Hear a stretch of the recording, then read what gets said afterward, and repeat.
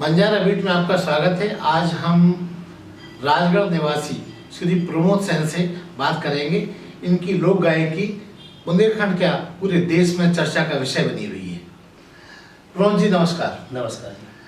प्रमोद जी, क्या किया आपने और लोक गायकी में आपको इतनी ख्याति कैसे मिली? देखो ऐसा है कि हमने जो बचपन से गायकी में रुचि रखी है, एक रुचि रखी और पढ़ने में भी हम आगे थे पहले। तो जब से हमने गायकी सीखी है तो तब से हमको ऐसे लगने लगा कि गायकी में ही हमको ज़्यादा दिलचस्पी आ गई है। कहाँ कहाँ आपने अपने प्रोग्राम दिए? प्रोग्राम तो हमने लखनऊ भी गए, मंत्रालय में जो एक पिछड़ा वर्ग का मोर्चा किया था उप मुख्यमंत्री केशव मौर्य के द्वारा, तो उस मंत्रालय में भी हमने गाया है, वहाँ पर अवार्ड भी लिया है। और फिर इसके बाद में बनारस भी गए और महाराष्ट्र पुणे में भी गाया हमने। बाकी लोकल में सो झांसी, ललितपुर, टीकमगढ़, तो कुल सालों से गा रहे हैं और बाकी बहुत मंच कर ली है आज के दौर में। अच्छा प्रमोद जी, आपने जो गायकी है किस किस फील्ड में आप गाते हैं, क्या क्या गाते हैं?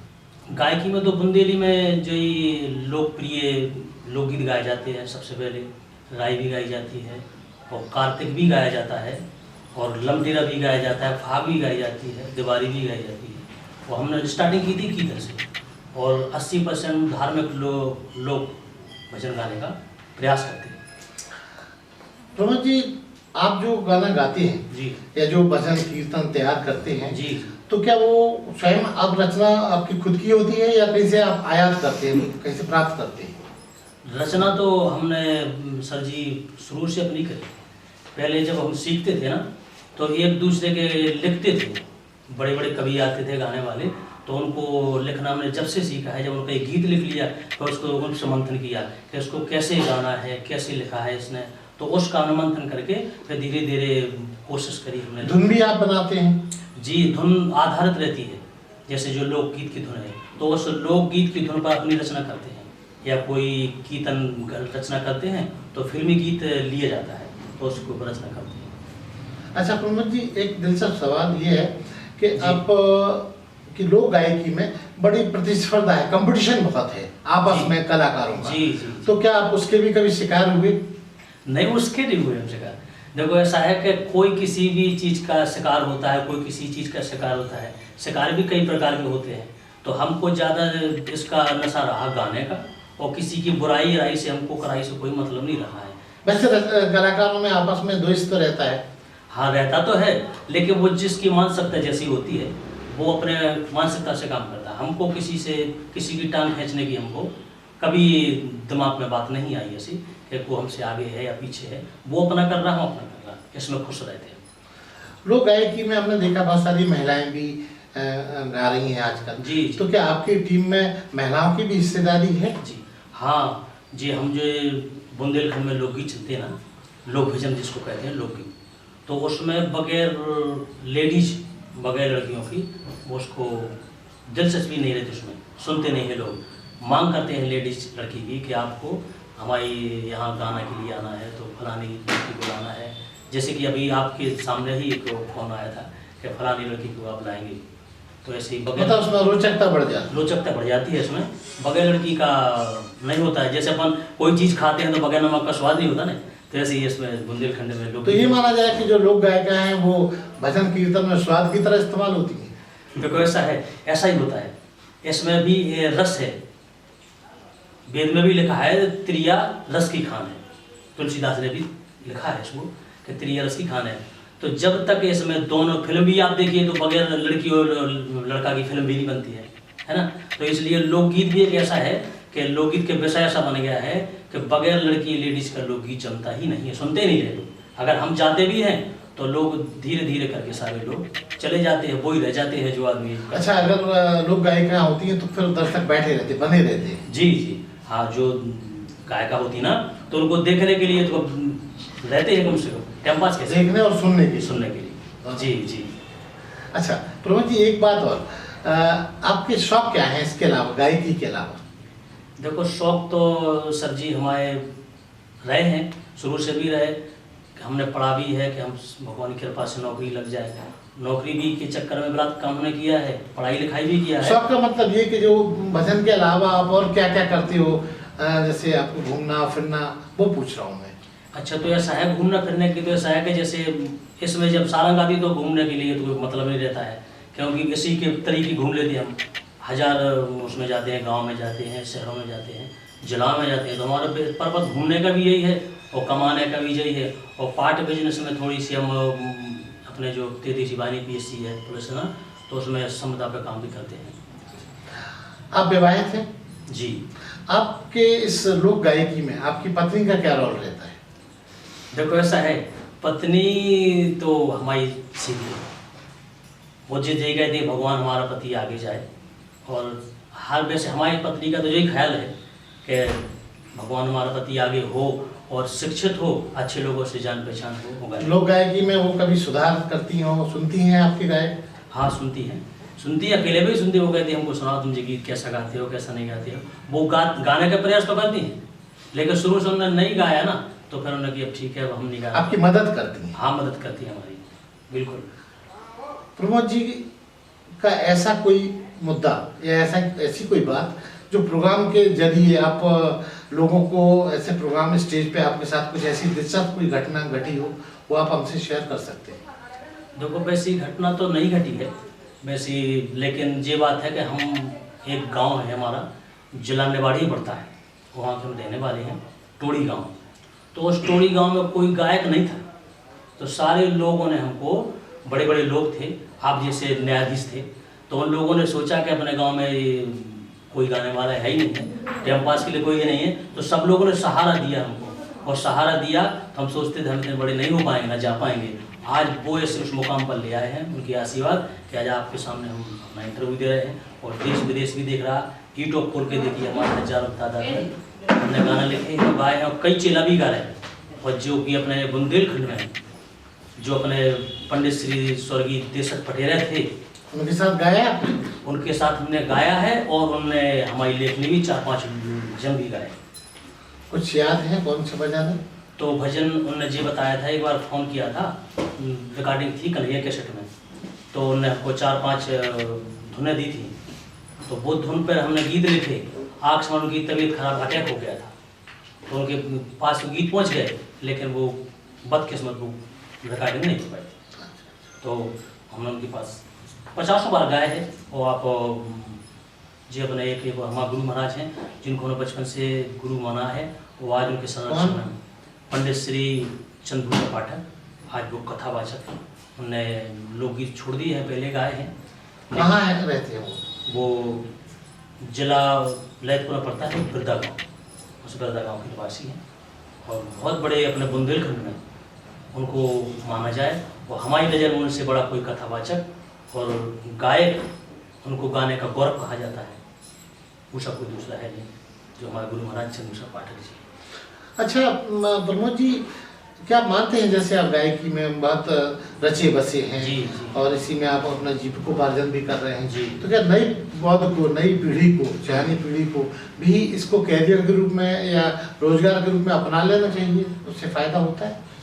देखो फायदे वाली बात ऐसी हो गई, पहले थोड़ा जमाना सस्ता था, तो इस वजह से लॉकडाउन लग गया था, तो सारे कलाकार अपने घर पे मक्खी मार रहे थे बैठे बैठे, तो किसी को गाने का मौका नहीं मिला। तो वो क्या करते थे, तो इसलिए हमारे लड़कों से हमने कहा था कि आप गाओ इसको, तो कह रहे डैडी हम नहीं गा पाएंगे और इसमें कोई फ़ायदा नहीं है। अब ये फ़ायदा नहीं है, अब लॉकडाउन लग गया, बैठ गए सब लोग, गाना आना बजाना बंद हो गया, तो वहाँ तो लाले पड़ गए थे सारे कलाकारों के। तो इसलिए फिर उन्होंने कहा कि डैडी हम नहीं, ये काम नहीं सीखेंगे और हम कोशिश करेंगे पढ़ने लिखने की कि हम उस मुकाम पर पहुँचें, चाहे लॉकडाउन हो चाहे कोई हो, पैसा करंट में आना चाहिए। तो नौकरी की तैयारी में इसमें दिलचस्पी। आपके कितने बेटे हैं? हमारे 2 बेटे हैं। तो क्या आप अपने काम को उत्तराधिकारी उन्हें बनाओगे या उनको कहोगे कि आपके बाद ये विधा चलती रहे? हमने तो कहा है वैसे कि इस विधा को जैसे कोई अपने पिता का नाम रोशन करे तो थोड़ा बहुत तो रहना चाहिए। तो हमारे छोटे बेटा ने तो किया था, लेकिन वो अचानक ऑटोमेटिक उसका मन हट गया है कि अब हम डैडी नहीं करेंगे, क्योंकि इसमें तो हमको अच्छा नहीं लग रहा है। और तो क्या आप चाहेंगे कोई और आपका शागिर्द बने और आपकी इस कला को आगे बढ़ाए? हाँ हम चाहते हैं, और हम आज के दौर में हमारे 20-22 चेला भी हैं, उनको हम तैयार भी कर रहे हैं, और बाकी लड़कियां भी हमारे पास आती हैं, और जो कि कल 3 लड़कियां आने वाली हैं, तो उनको भी तैयार कर रहे हैं, और लड़कों को भी तैयार करते हैं। क्योंकि जिस संस्कृति बुंदेली है, जो सारे लोग चले गए पिछले अपने, तो इस बुंदेली को सही तौर तरीके से ऐसे शब्द गाए जाएं, ऐसे लिखे जाएं कि हमारी माँ भी सुन सके, हमारी बहन भी सुन सके, और सारे लोगों को अच्छा भी लगे, उसमें हम आपको पुण्य कमा सकें। हाँ, अच्छा आपने बात उठाई। आमतौर पे देखा गया है कि लोकगीत में 2 अर्थों वाली बात ज्यादा होती है, वल्गर जिसे कहते हैं। जी। तो ऐसा क्यों होता है? क्या आपको लगता है इसको दर्शक ज्यादा पसंद करते हैं? ऐसा है सर कि द्वादशी एक तीर से 2 निशान है, यानी कि हम जो गा रहे हैं तो हम तो अपनी लेखनी कर रहे हैं कि हमको कहना है ईश्वर, हम तो ईश्वर कह रहे हैं। वो अगला आदमी क्या समझे कि ईश्वर कह रहा है कि ईश्वर माने भगवान होता है या नहीं होता। तो द्वादशी लोकगीत का मतलब होता ही ऐसा है कि कल्पना करते हैं। इसका चलन कुछ ज्यादा बढ़ गया है इन दिनों? हाँ, अपने बुंदेलखंड में तो सबसे ज़्यादा इसको मानते हैं, और शादी विवाह में भी, बर्थडे में भी, जो भी आजकल तो हर आदमी इसका शिकार हो गया है कि हमारे यहाँ राई लोकगीत, नृत्य, गान बजान होना भी चाहिए। और कोई आपके ऐसा कुछ रहा है जब आपको इस लोक कला से तकलीफ हुई हो, आपको लगा हो कि गलत फील्ड में आ गए? नहीं, ऐसा तो हमने नहीं देखा है। ऐसा एक बार हुआ था, हम छोटे थे, पढ़ते थे, तो हमारे पिताजी को लगा था कि बेटा तुम ऐसा काम क्यों कर रहे हो, कि तुम ये कर रहे हो। और जब पिताजी के दिमाग में थोड़ी सी बात लोगों ने भरी, गांव के लोगों ने, कि हमारे माते थे, मुखिया थे पिताजी, तो उनको कहा कि आपका बेटा अच्छी मंच पर पहुंचेगा। ये मंच हल्की नहीं होती है, ये मंच नसीब वालों को मिलती है, और जो सरस्वती मैया का वास है तो इसके कंठ में है, इसको गाने दो। तो फिर उनकी बात मान ली, पिताजी ने कह दिया था ठीक है गाओ। पर उसमें हमको बहुत अच्छा लगा है कि आज पिताजी की हमारी इतनी बात भई कि बेटा तुम गाओ, तो आज इस मुकाम पर आए। प्रमोद जी, इसकी आपने कोई ट्रेनिंग वगैरह ली है या ये सब भगवान की देन है? ट्रेनिंग हमने तो सर नहीं ली है, ये बात बिल्कुल यथार्थ है। आत्मा की बात कर रहे हैं आपसे हम, कि हमने अपने जैसे एकलव्य ने बनाया था गुरु, मिट्टी का ढेर करके, ऐसा हमने परम आदरणीय गुरु महाराज चंद्रशेखर पाठक जी की लोकगीत भजन सुनते थे, तो उनके हम लिखते थे, तो अपने हृदय में हमने उनको अपना गुरु साबित कर लिया था कि हमारे गुरु होंगे तो श्री चंद्रशेखर पाठक जी होंगे। तो उनके गीत हमने लिख कर मेरे आप उनको आपने अपना ये जज्बा बताया? हाँ, उनको बताया हमने, उनके साथ हमने गाया है। और ओरछा में राम जो भी आए थे, वहाँ भी चरणों में हम गए, तो कुल कई बार हम मिले हैं महाराज को, और उनसे वहाँ यहाँ बात भी होती थी 4-8 दिन में। तो वो कहते बेटा तुम अच्छी बात गाते हो, और अच्छा तुम्हारा गला है, आशीर्वाद हमारा तुम्हारे पास। अब तक आपने कितने भजन या कितने गाने गाए होंगे या लोकगीत गाए होंगे, अंदाज है? देखो, अंदाज में तो ऐसा है कि हमने स्वयं इतना तो अंदाज नहीं बता सकते, लेकिन हजारों की तादाद में हमने यूट्यूब पे गा दिए, और हजारों की तादाद में हमने लिख भी दिए। यूट्यूब पे आपका कोई साइट है, कोई पेज है आपका? हाँ, हमने 4-6 स्टूडियो से गाया है। जो सबसे फर्स्ट स्टूडियो से गाया था हमने नेहा स्टूडियो बांसी, और दूसरा से गाया था अनिल जमालपुर, उससे भी गाया। फिर साहू के लगवा ललितपुर, उसमें भी गाया है, और करेरा में भी गाया है, स्टूडियो है एक।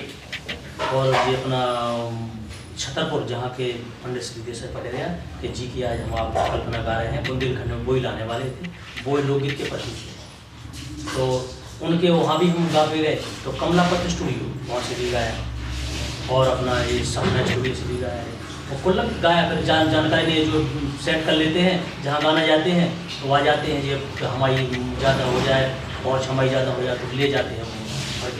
प्रमोद जी ने इतना कुछ किया, अब और क्या करना बाकी है? अब देखो, बाकी तो ऐसा है, हमारी तो यही है ईश्वर से बनाए कि आप लोग जैसे महान मूर्ति मिल जाएं कि हमें इसका लाभ दे सकें, ऊपर ऊंचाइयों औरों को हमारी दे सकें, और हम ऊंचाई शिखर पर जाना चाहते हैं कि आप लोगों के द्वारा हमारी जितनी कल्पना है, गायकी है, लेखनी है, तो ऊपर शिखर पर जाए। और परमात्मा से यही विनय करता हूँ कि हम सब लोगों से खुश हैं कि हमको आप सुनते हैं और हमारे आप आते हैं पास। बहुत धन्यवाद सर। तो ये थे प्रमोद सेन, जो गायकी के उच्च शिखर पर जाने की ख्वाहिश रखते थे। नमस्कार। नमस्कार जी। मोरे जियारा में, मोरे जियारा में, मोरे जियारा में उठत हिलोर गुजरिया, ने न लगे तुरे मतवारे,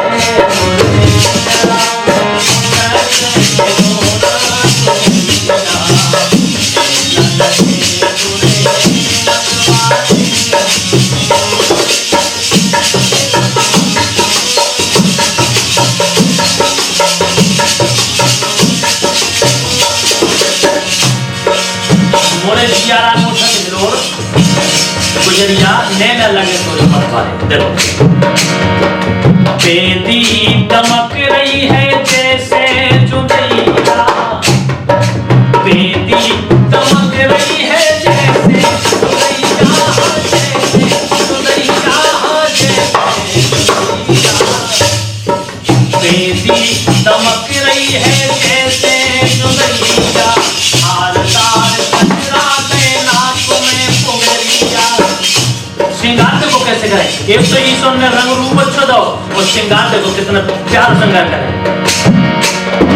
धार तार कचरा में नाक में पुंगलिया, लाली ओठन पे, ओ लाली ओठन पे, ओ लाली ओठन पे करे हार तारो गुजरिया, ने न लगे तुरे मतवारे।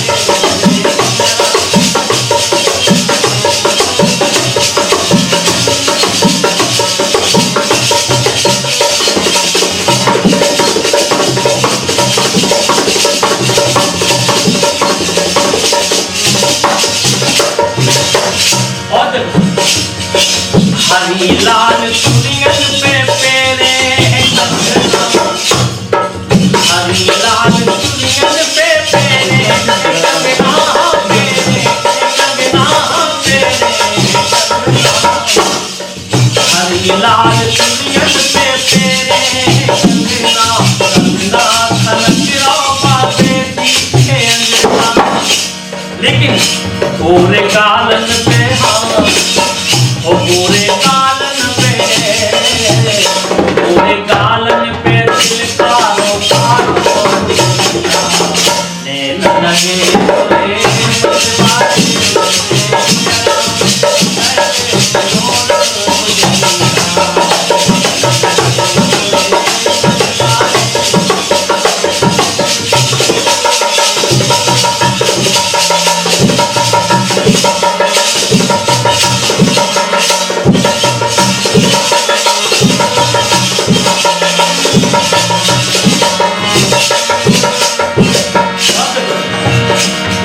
नोनी कमर में है कर धोनी नोनी, श्रृंगार को कैसे रूप को करे। नोनी कमर में है कर धोनी नोनी, कर धोनी नोनी, कर धोनी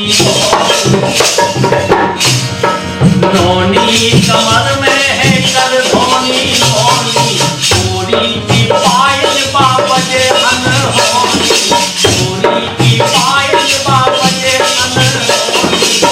लेकिन हो जाए रोना, अरे डरे रोना, डरे रोना, बजे बिटिया प्यारे गुजरिया, ने न लगे तुरे मतवारे।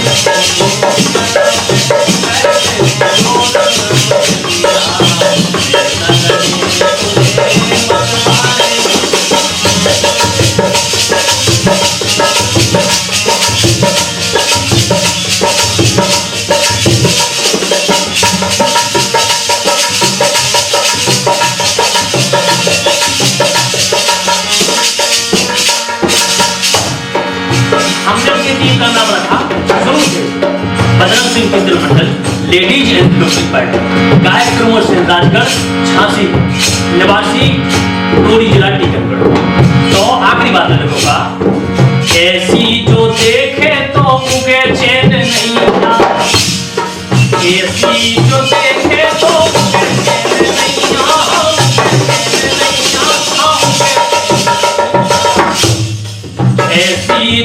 देखे तो बेचे नैया, गाँव भर में नैया क्रोध ऐसी वो नैया, गाँव भर में नैया क्रोध ऐसी वो नैया। ओ कर लो यारी अरे हाँ, ओ कर लो यारी, कर लो यारी तुम हमसे अपनी जा गुजरिया, नैन लगे तोरे बदलाने